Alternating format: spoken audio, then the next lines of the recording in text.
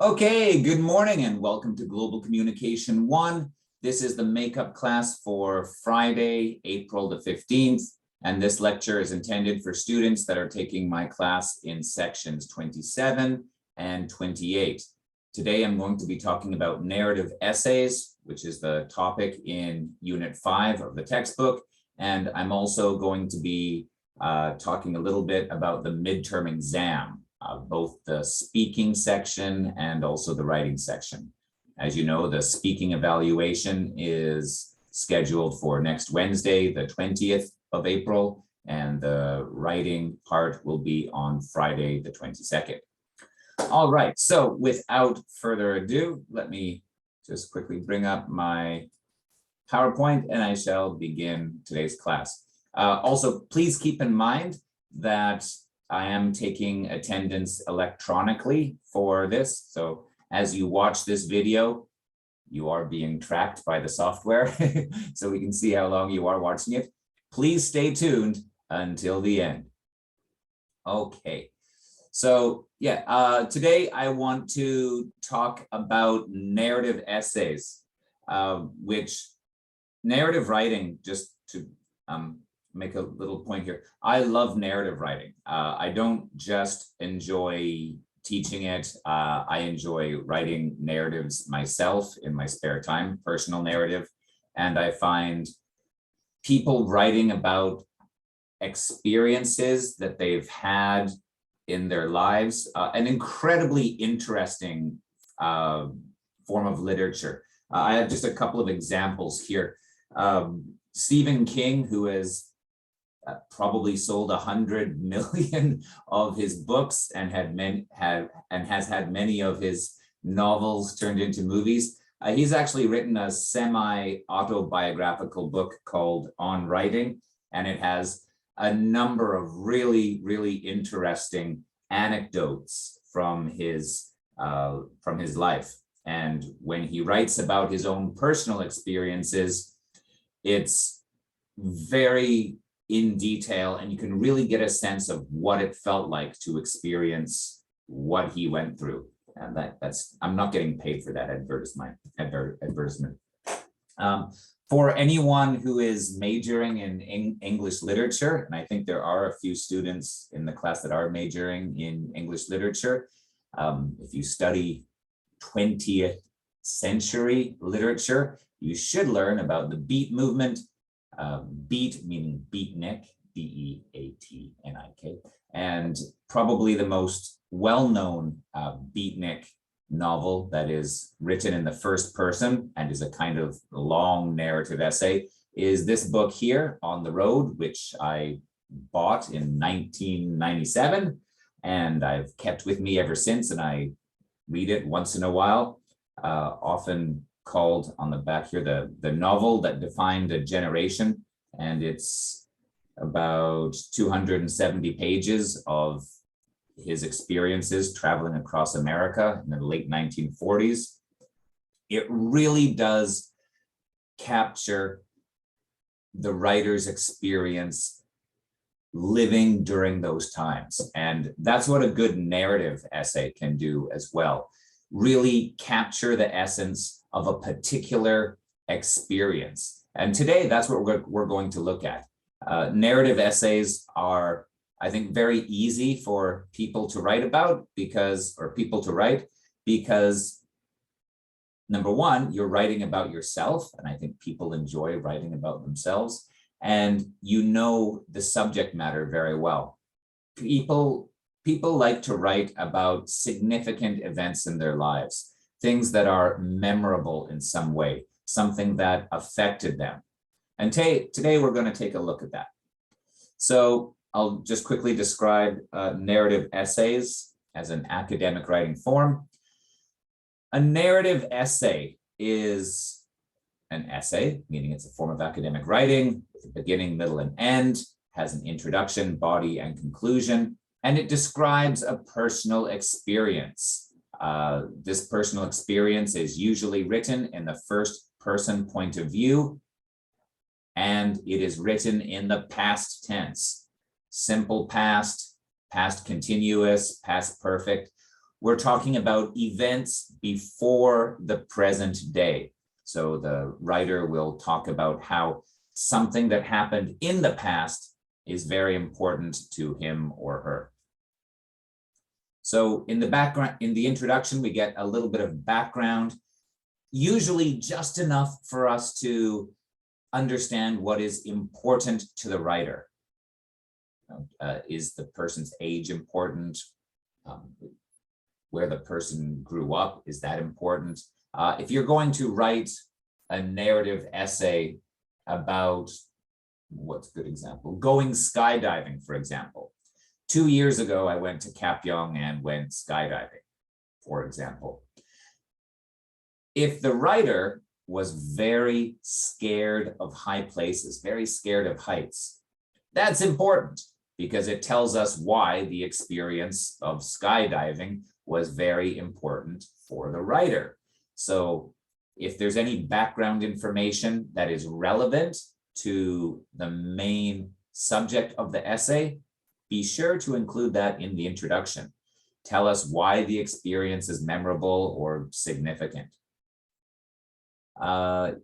After you give us the background information in the introduction, then you describe the major events and details in the body paragraphs. And these are usually written in chronological order, meaning sequential.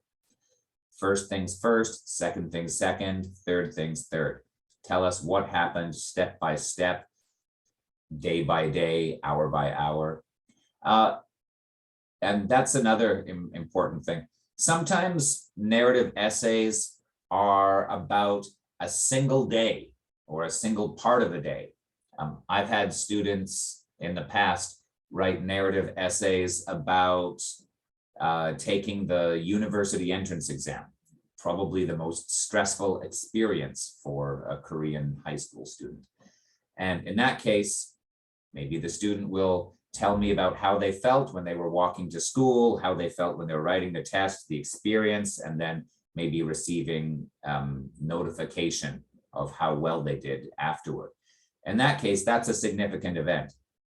In other cases, people will write a narrative essay where the scope is much wider and it's looking at an experience that takes place over a week, a month, or maybe even a number of months. And in that case, the writing style is a little different. In the conclusion, then the writer restates the main idea of their essay, why this is important for them, why the event was significant. And yeah, so a lot of the time people will choose to write about something significant, like a milestone or a turning point, some kind of achievement, something that marks a certain accomplishment or progression, or maybe an event that changed their lives in some way. Okay, so now I want to start off by taking a look at the model essay. This is on page 123. I think I might have assigned this for homework in an earlier class. We'll be looking at this essay and the other examples in the textbook after the midterm exam. So consider this more of a preview than anything else. So I'm going to read through this essay very quickly. You can follow along in your book on page 123. And let's take a look at not only the content of this article, or the content of this essay, but also the structure. See how we get relatively important information in the first paragraph, the introduction. We get important background information. And then paragraphs 2, 3, and 4, that will be the body of the essay. We get the main event and its aftermath. And then finally, in paragraph 5, we'll see the conclusion of the essay, where the writer will restate the reasons why this experience was so significant and what they learned from that experience. Okay, so starting on page 123. When I graduated from college, I took a 2-week vacation to the West Coast before starting my job as a teacher in New York City. My friend Sophia and I planned to drive up the coast from Los Angeles to San Francisco. It was the 3rd day of the trip and our first day of rain. As I was driving up, Route 1, the rain became heavier. Suddenly, a truck approached on the opposite side of the road. The truck was dangerously close to our car as we went around a sharp curve. And that's the last thing I remember. That day would change my life forever. When I woke up, I was in a hospital in California. My parents were there, looking very concerned. I was a bit disoriented, and my mother explained that there had been a terrible accident. Sophia was fine and had gone home to her family. And I was going to be fine, although not completely.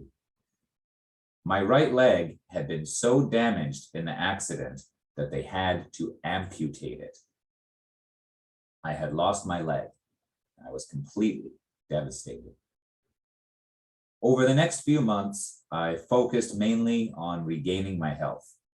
There were certainly ups and downs, but when I got depressed, my mom helped me to see that I was lucky to still be alive.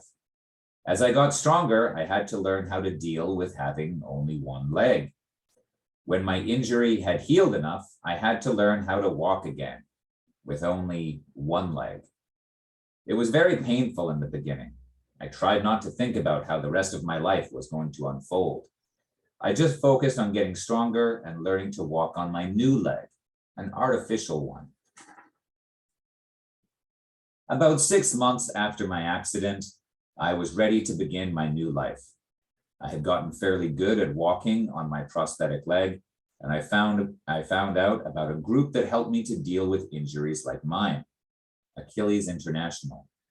They worked out together in Central Park every week. Since I had been a runner on the track team in college, it seemed like a good fit for me. Every month, they had short races in Central Park. I thought, what have I got to lose? I finished my race, but more importantly, I had accomplished something that a few months before I had thought would be impossible.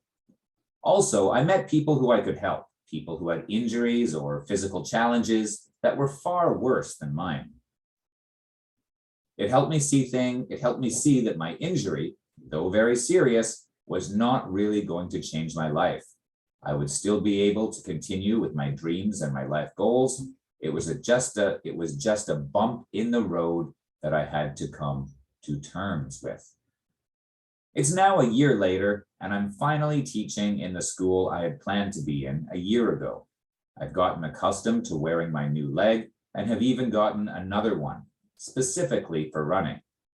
I'm still involved with Achilles International, and I plan to run the marathon this fall. I acknowledge that my life has changed, but I'm still the same person inside. Okay, so that is the model essay. As you can see, the significant event here was a turning point in someone's life. It was, in this case, a car accident in which the person lost one of their legs. This obviously is a life-changing experience, and the writer wanted to express it in this essay. So in the first paragraph, we get the background. This is before the life-changing event, and we receive all of the information that we need to know about this person. When I graduated from college, I took a 2-week vacation to the West Coast before starting my job as a teacher in New York City. Okay, so we know the person's age. The person is probably in their early 20s, maybe mid-20s. They've just finished school, and they're going to start a new job in 2 weeks. But before they start that new job, they want to take a road trip with their friend. That's important. It sets up everything that's going to happen. So we know the person is living their life, things are going well, they have goals, and their new life is just about to start. And before that, they want to take a road trip.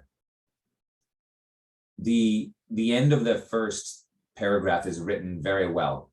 You know how I've told students not to start a sentence with and? I've pointed that out multiple times, I think. Do not start a sentence with and. There are times where it can be used to great effect. In this case, the buildup just before the accident itself.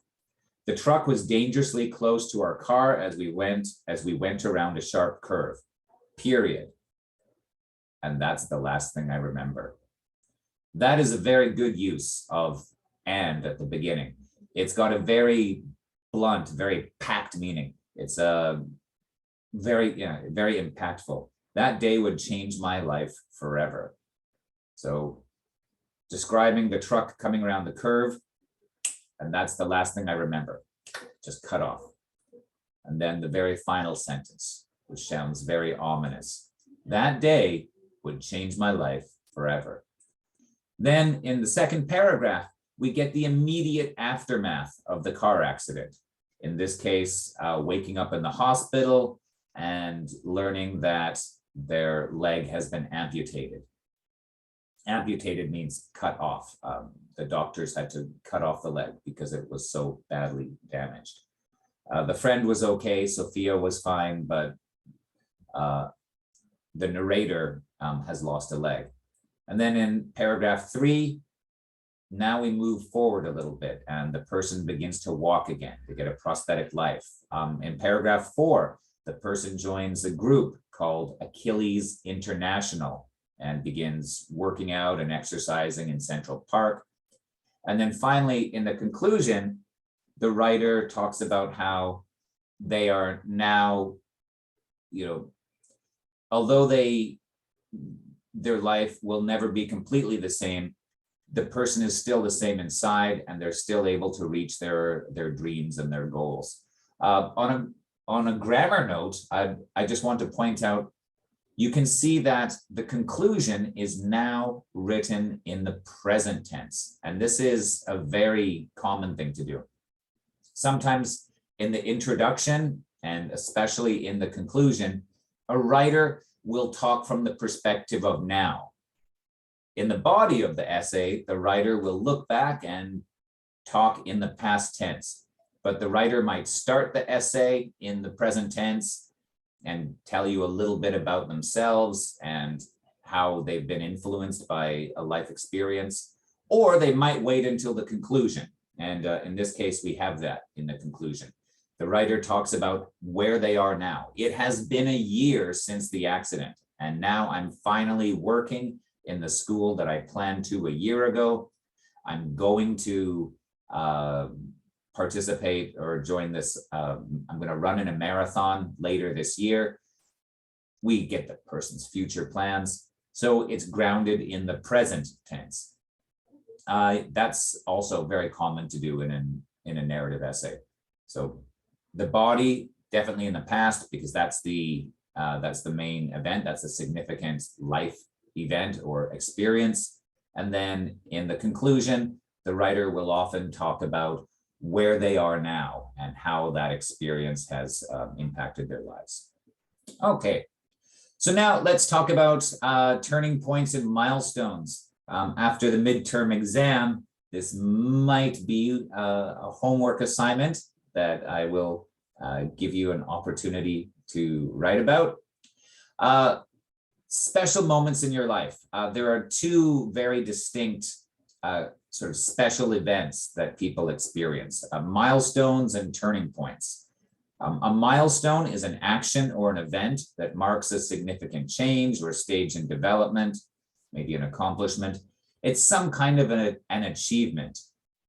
If you think of life as a highway, which is a cliche, but life as a highway, and as you go through life, there are certain stops or certain important parts of the road where you can see very important events. Quite often, these are the first somethings in your life, or something where you have reached a new level and some kind of progress and going up the ladder of success. Another type of special moment is the turning point. And this is a time at which a decisive change in a situation occurs, especially one with beneficial results, although not always. A turning point can be positive or a turning point can be negative. If you think someone's life is going in one direction and then something happens and then their life direction changes, Sometimes people's lives change for the better. Sometimes people's lives change for the worse.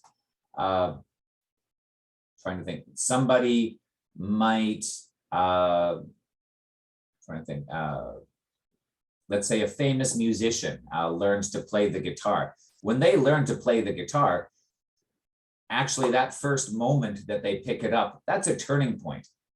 They might not realize it at the time, but their life has changed forever. A decisive event in their life that will have repercussions and influence for many years. That can be a positive thing, maybe meeting someone new or learning a new skill, something like that. On the other hand, the turning point can also be very negative. If somebody has a very painful experience in their life, and then that experience affects them negatively, and then they have very bad things happen in their life as a result of that for a long time. As somebody becomes addicted to drugs, or somebody loses their mother or father in an accident, and then that causes depression, which causes a series of other negative effects in their life. That could also be a turning point. So your life can turn for the better, or it could turn for the worse. Whereas a milestone, that is more like an accomplishment or achievement. Okay, so let's go back to milestones for a second. A lot of milestones people share. There are some really common milestones that almost everybody in the world will experience at some point in their life. First steps, unless somebody has a physical handicap, they're going to learn how to walk as a baby. And when you first learn to walk, that's a big milestone. You're not just crawling on the floor anymore. Now you're beginning to walk. Learning to talk, your first words. Graduating from elementary school, middle school, high school. Your first boyfriend or girlfriend, your first adult relationship. Becoming an adult, getting your first job. Some cultures have special birthdays. A birthday is a milestone. In Western culture, the 16th birthday is important. The 18th or 19th birthday is quite important. Turning 40, which is considered middle age, could be an important one. 65, when you reach retirement age, that's another milestone birthday. Your first anything really could be a milestone, especially if you are progressing in some skill. If you start learning, I'll use Taekwondo because this is Korea and a lot of people learn Taekwondo as children. If you reach black belt in Taekwondo, that is a milestone because it's a significant achievement in your progression through the ranks of the sport. Getting married, that could be a big milestone. Retiring, that's another milestone. These are milestones that most people will experience at some point in their lives, but not every milestone is common. Different people have different milestones, and what one person experiences might not be what another person experiences. Think of a president, for example. A president has had significant milestones that are quite different from anybody else. The person became involved in politics and probably achieved several different milestones before they became president. First, they joined a political party. Maybe they became mayor or governor. They became the candidate for their party, and then they won the election. That's obviously winning the election is a huge milestone in the life of a president. Maybe getting a special law passed, that could be another milestone.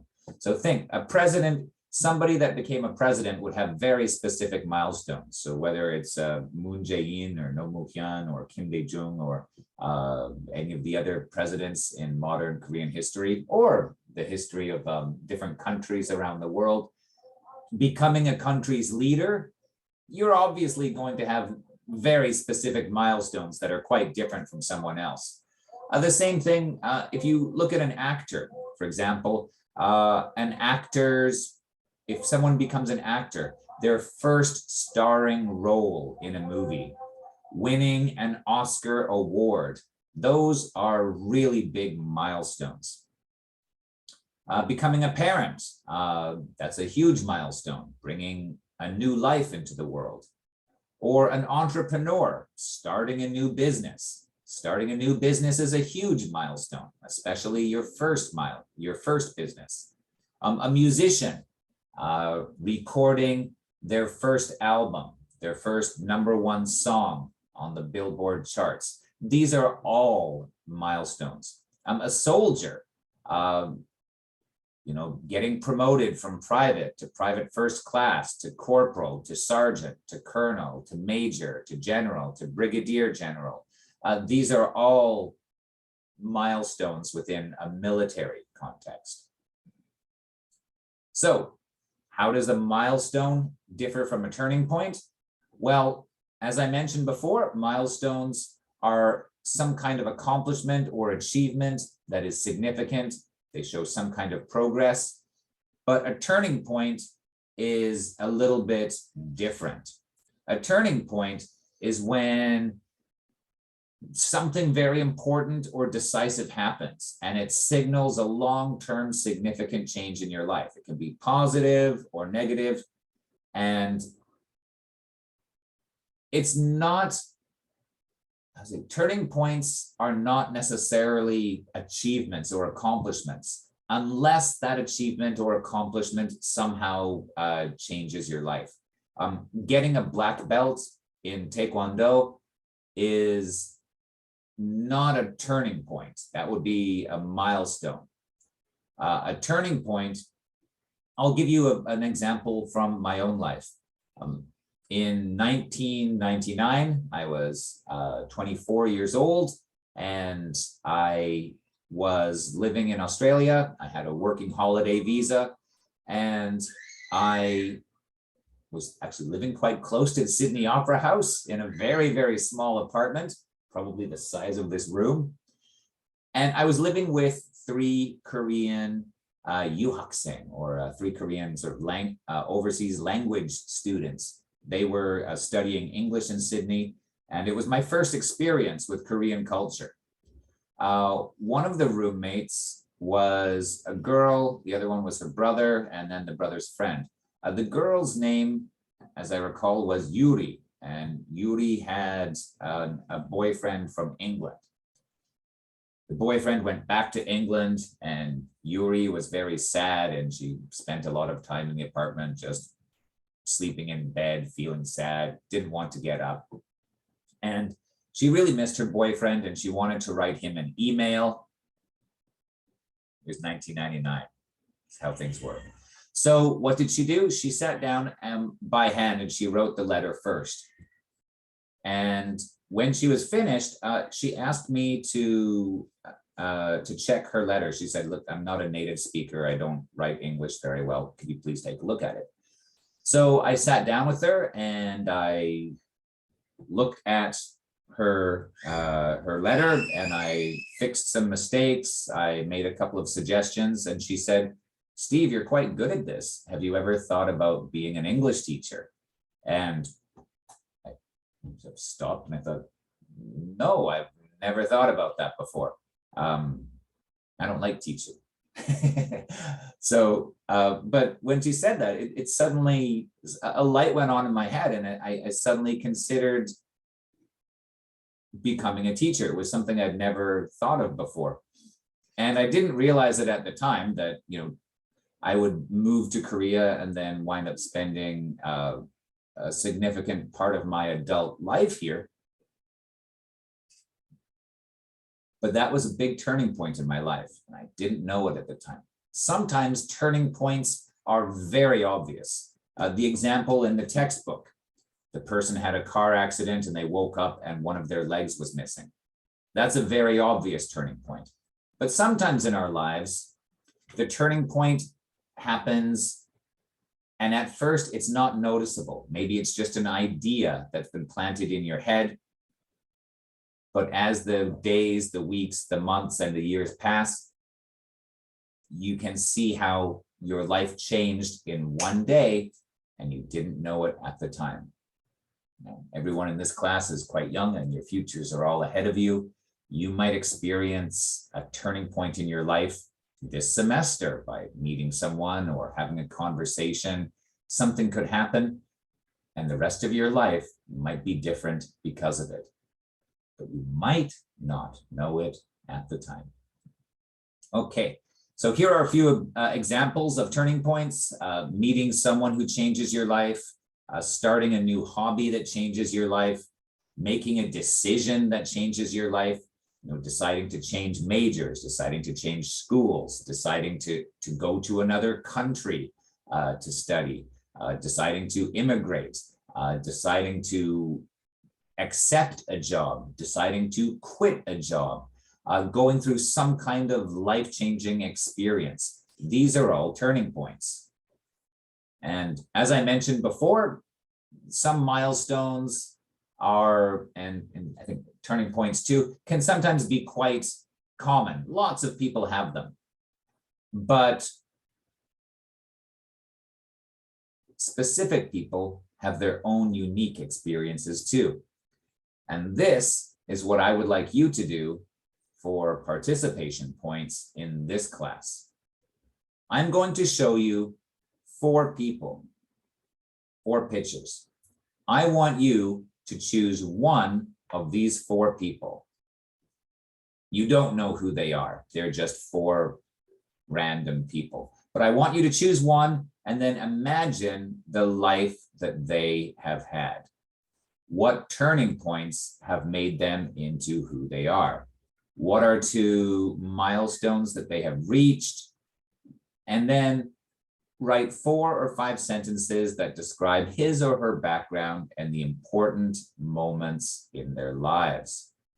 I'll give you until next Wednesday, which is the date of our speaking evaluation, to post on Cyber Campus. So choose one of the following 4 people, give that person a name, imagine their life, what turning point has made them into who they are, what are 2 milestones that they have reached, and then just write 4 or 5 sentences about that and post it on Cyber Campus discussion. I look forward to reading them. Now, here are the 4 pictures. So in the lower left-hand corner, we have a priest. You can tell that he's a Catholic priest because he's got the collar there.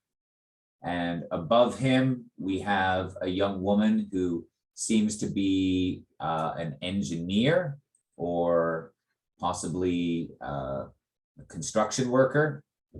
She's obviously working in some kind of industrial capacity. Next, we have a woman who is, I think she's a professor. She's standing in front of a chalkboard and she's explaining something. She looks very professorial. And on the right, we have a man wearing a leather jacket and singing. So he's obviously a musician of some kind. If I look at the priest, what life-changing event caused that man to decide to become a priest? The woman, what convinced her that the best thing to do would be to get a job in construction? She's wearing a hard hat, so she's obviously doing some sort of very difficult work. What changed the woman's life so she decided to become a professor? And a professor in what? Why did the man decide to become a singer? These are all things for you to imagine. So give them a name, and yeah, I look forward to doing it. Also, please keep in mind that they should have names that do match their appearances. So, for example, the professor could obviously have a Korean name, but I wouldn't call the priest Kim Chol-soo.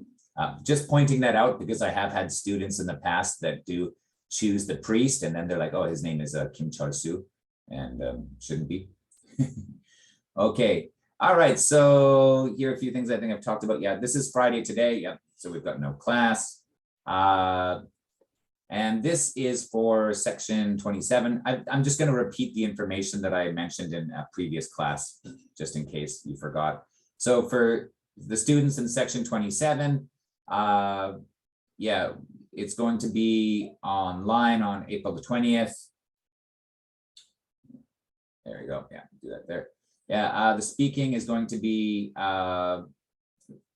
speaking test is going to be on Wednesday, April the 20th, online. It'll be Zoom, and we'll have conversations in pairs, groups of 3. One person will go twice, the second person, you can choose who will go first. So let's say if you've got 3 people in your group, then one person can go twice. And if that person goes twice, well then, yeah, then if they get 2 different scores on the speaking evaluation, they will keep the higher score. So if a person gets 7 points the first time, but they get 10 points the second time, they will keep the 10 points. The writing is going to be on April the 22nd. Yeah, the writing is going to be on April the 22nd. That will be online, also on Zoom, and that'll be 15 points. And I'll talk a little bit about that afterwards. Now seeing here, I'm actually wondering why I decided to do this.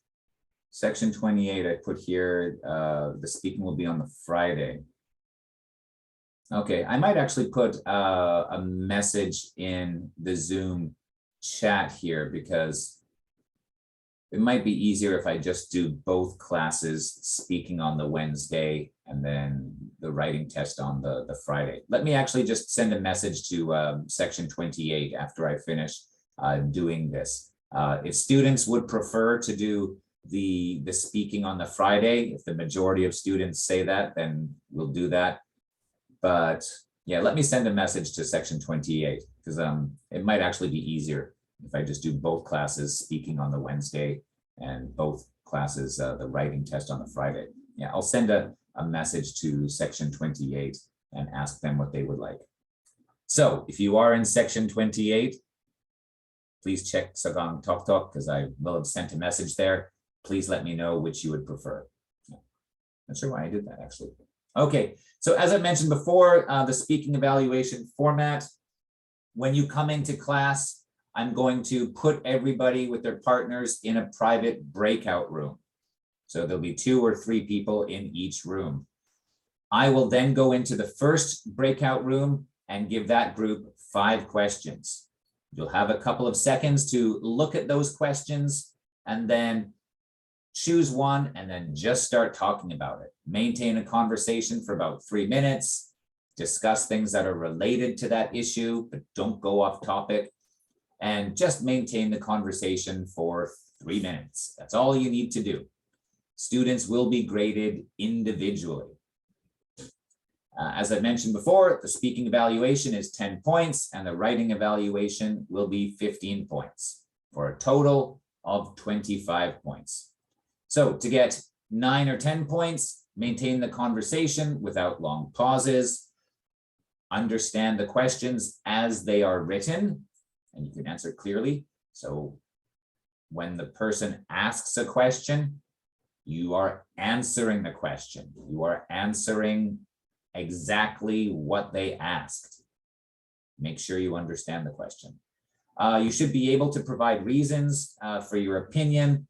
If you make a few grammar mistakes, that's absolutely fine. I make grammar mistakes in my regular everyday conversations too. Native speakers do as well. But your pronunciation or grammar errors should not cause confusion or misunderstanding. They shouldn't hurt communication. 7 or 8 points. You're able to maintain a conversation, but a few pauses of 3 seconds or more. And because this will be filmed, I will be able to go back and check the video if there have been long pauses. Perhaps if you misunderstand 1 or 2 questions, or you're not able to answer in any detail, or if your mistakes in grammar or pronunciation cause momentary confusion, You'll be looking at 7 or 8 points, depending on how serious it is. 5 or 6 points. There might be some difficulty maintaining the conversation, multiple causes of 3 seconds or more. You might misunderstand more than one question. Several responses could be limited to yes or no. Pronunciation or grammar mistakes make conversation very difficult. Next, serious difficulty maintaining the conversation. Lots of long pauses. The student is obviously confused and cannot understand the question. The student might misunderstand what the questions mean. They might give only extremely short or ambiguous answers. Oh, I think so. Things like that.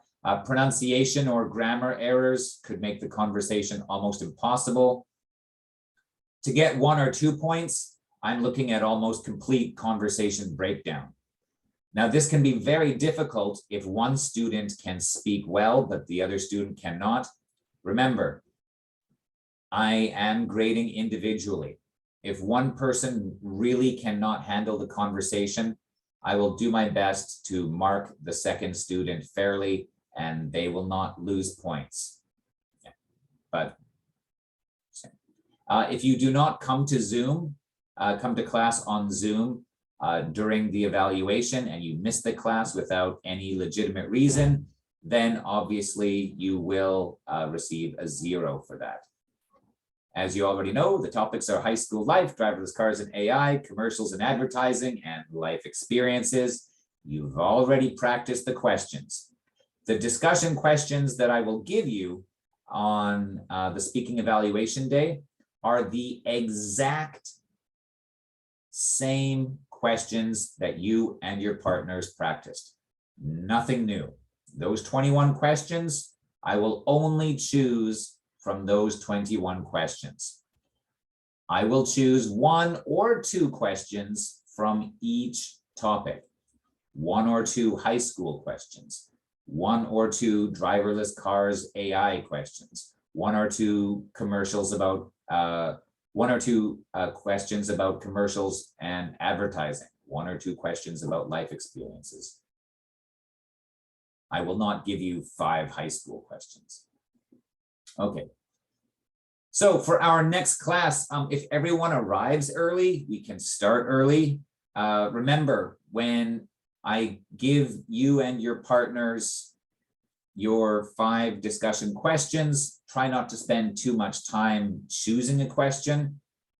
I do have to finish all of these speaking evaluations within the 75 minutes of our class.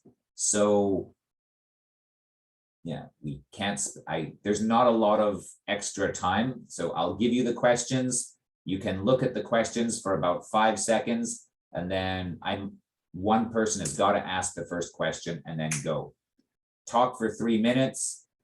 I'm gonna have my microphone off and I'll just be watching. And then after 3 minutes, I will say, stop. I'm sorry if you're in the middle of an answer when I say stop, but I do have to maintain the time limit. So please don't be offended if I cut you off when you're talking. Just after about 3 minutes, 5 seconds at the most, I'll say, thank you very much, please stop. And then I will have to go to the next breakout room and go on to the next group. After you have finished your speaking evaluation, you are free to leave the Zoom room. So if you are the first group to go, congratulations. You'll start early, and after you're done, you're free. You can do whatever you like with the rest of the day. You can study for your major classes or do whatever you would like to do. However, if you are much later in the class, maybe you're group number 8 or 9 or 10, something like that, you will have time to practice, but you're not going to have any extra time after the class. So there are advantages and disadvantages to each. If you would like to go first, well then just tell me at the beginning of our next class. Okay. And also, please remember, if a conversation dies down, like it's very clear that you and your partner are not interested in a certain question, then just say, let's go on to the next question. That's the best thing to do. Also, remember, do not overly dominate the conversation. I'm also looking a little bit at conversation management. If someone asks you about a life experience, please don't spend 3 minutes talking about that life experience. Although you easily could.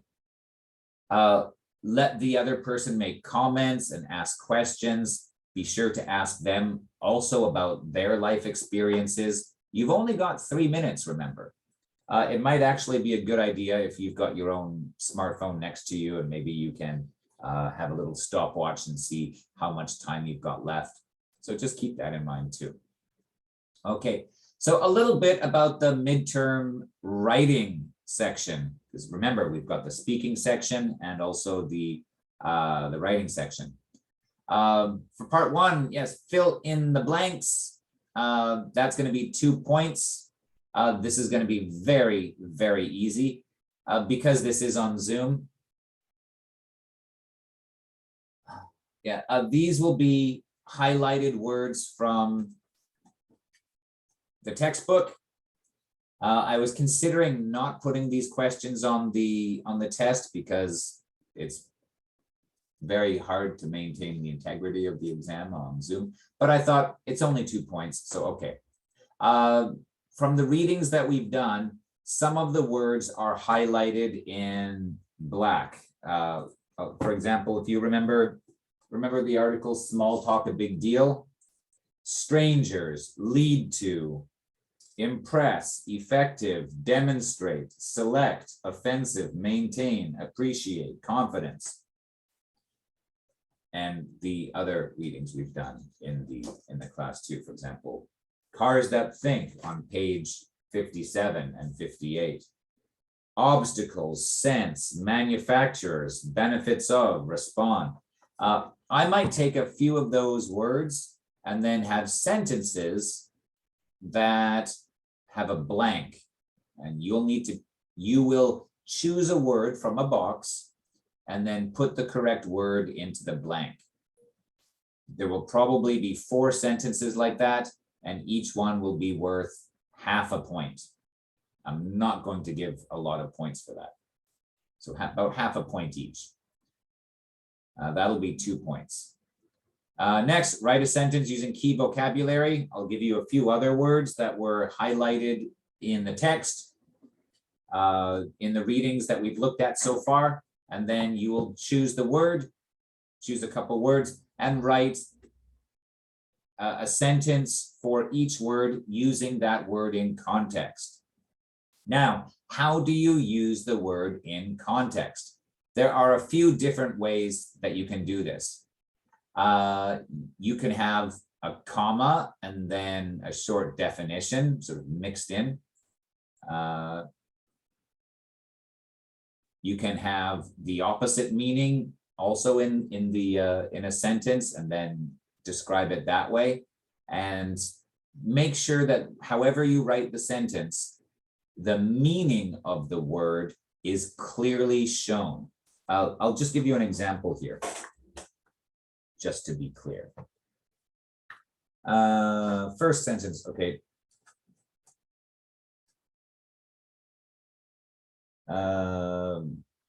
Effective, okay, effective small talk. If you write a sentence like, I am very effective, you will not get a point, because although the question is fine, I mean, there's no grammar mistake, I cannot guess what the word means. If you write, for example, my study habits are so effective that I always get an A+ on my exams. You are using the word in a context in which I can clearly see what the word means. That's what I'm looking for. I'll give you probably 4 choices. You will choose 2 words, write 1 sentence for each word. So using that key vocabulary, you can get 2 points. Part 3 will be short answer questions. These will be mostly opinion-based questions. That will be opinion-based questions that will be similar to things that we've done in the class, discussion questions. All you'll need to do is write a few sentences each. I'll probably have 5 or 6 questions, and then you can choose 3 of those questions. Each one will be 2 points. And then last of all will be the long answer questions. And for this, what I'd like you to do is have your textbook with you. Why? Well, if you've got your textbook with you, you will be able to look at some of the readings. And that's because you will be looking at 1 or more. You're going to be looking at least 1 of the readings in this textbook. So be ready to, please make sure that you do have your book ready. You're not allowed to look at any of the PowerPoints, obviously, that I've put on the internet when you write the test, but you will be able to look at this book. And in particular, you will have to look at one of the articles in this book.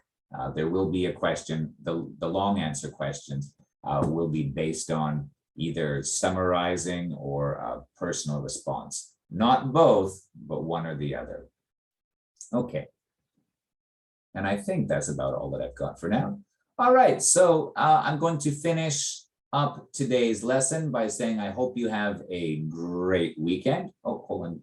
Is that not going to stop sharing? There we are. I hope you have a great weekend. I hope you've enjoyed this lecture. If you've got any questions about the midterm exam, either the speaking test or the writing test, please put a message in the group chat on Sagang Tok Tok. Not a private message, but in the group chat so everyone can see it. Everyone will have access to the same information. And then I'll see you next week. So have a great weekend. I hope you've enjoyed the lecture. Okay, bye now.